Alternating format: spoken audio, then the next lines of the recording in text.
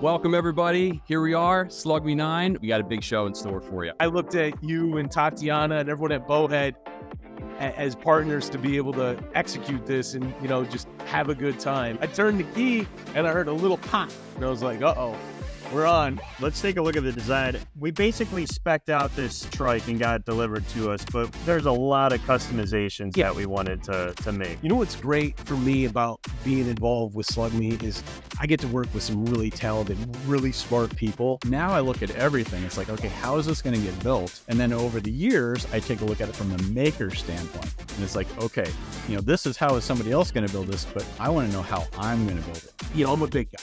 And I'm like, is this going to spin me around like a rag doll out of control? Or is this not going to have enough juice? One of the main design concerns we had when we first looked at the pattern is it is full of holes.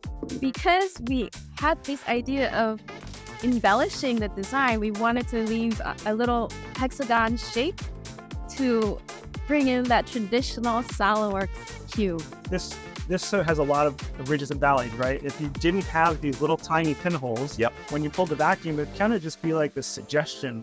You get a little bit because it's thermoform. It almost makes like an airtight seal. We just printed these, at an angle, and these are, you don't even need glue there.